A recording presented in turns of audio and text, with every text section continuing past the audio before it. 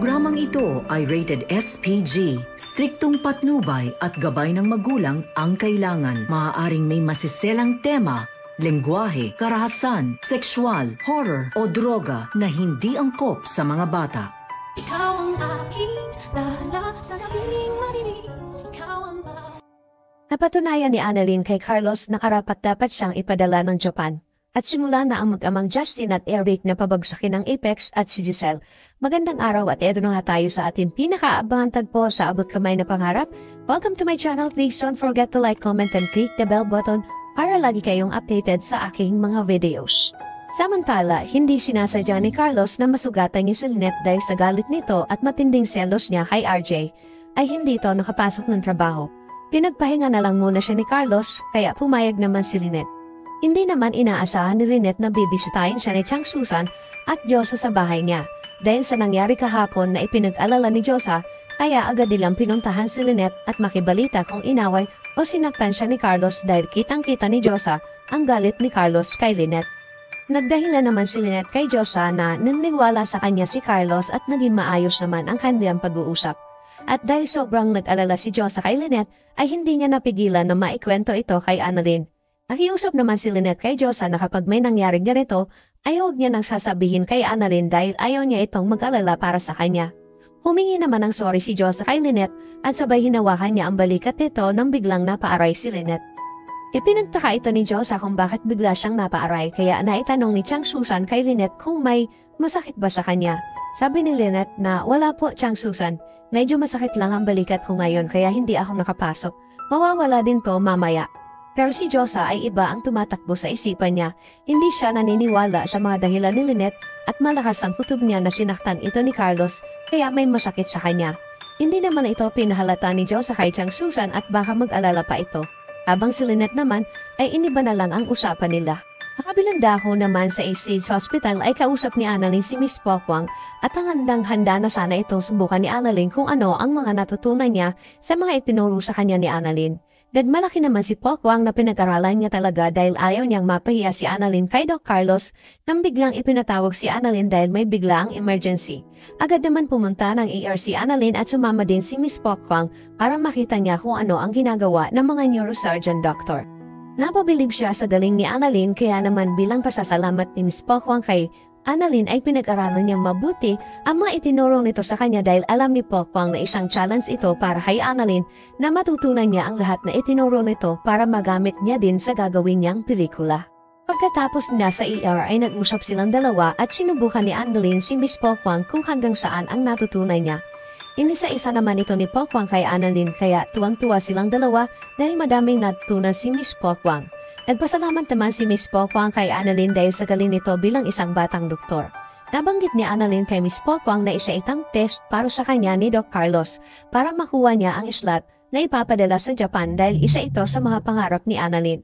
Sabi ni Pokwang na huwag kang mag-alala, hindi kita ipapahiya kay Doc Carlos at sigurado ako na makukuha mo ang slot na yan at napa-cross fingers si Annalyn at excited na siya na mapabilang sa mga ipapadala sa Japan.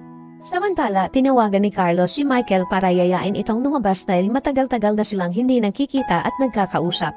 Ikinatuwa naman ito ni Michael at sa wakas ay nagkaoras din si Carlos na lumabas paminsan-minsan dahil alam ni Michael na laging busy itong si Carlos. Sa bar nagkita silang dalawa at habang nagiinom sila ay nagkukwentuhan sila. Maya-maya ay naitanong ni Michael kung kamusta na si Lynette at Annalyn. Sabi ni Carlos na okay naman sila ni Lynette pero si Annalyn ay medyo hindi sila may pagkakaunawaan nang dahil sa nalaman niya na inaalok na ito ni RJ na lumipat ng Apex.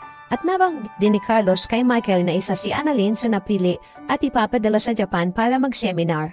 Sabi ni Michael na hindi naman siguro gagawin yun ng inaanak ko sa'yo. Kilala ko siya, hindi yan magdidesisyon agad at malamang hindi niya iiwan ang East dahil kasama niya ang nanay niya. Sabi naman ni Carlos, kaya nga ang ginawa ko ay binigyan ko siya ng isang challenge dahil gustong-gusto niyang makasama sa Japan.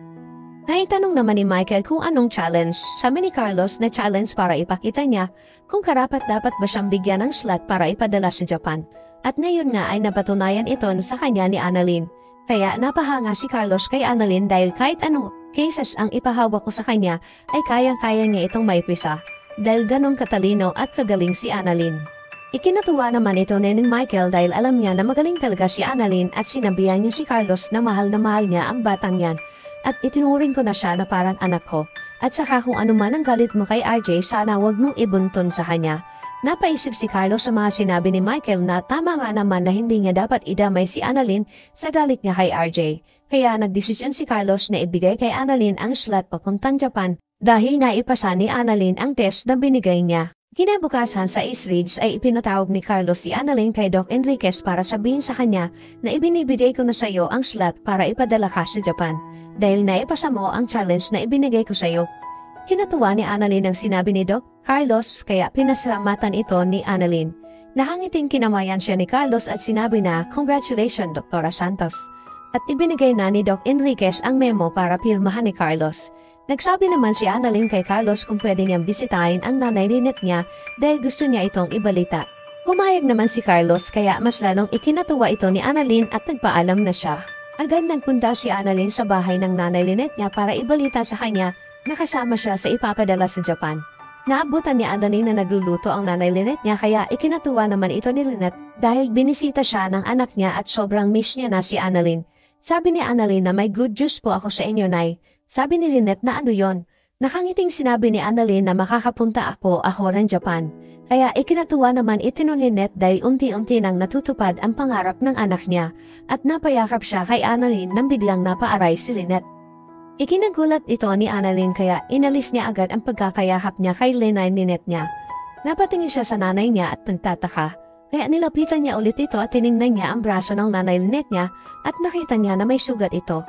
Tinanong ni Annalyn ang nanay Lynette niya kung anong nangyari sa kanya at kung bakit siya may sugat. Sabi ni Lynette na wala ito anak. Sumabit lang ako sa isang bagay kaya ako nagkasugat. Huwag kang mag-alala, nagamot na yan ni Carlos. Kaya niyaya na ni Lynette si Annalyn kumain para hindi na ito magtanong pa. Samantala sa Apex magkausap ang mag-amang Eric at Justin sa opisina niya.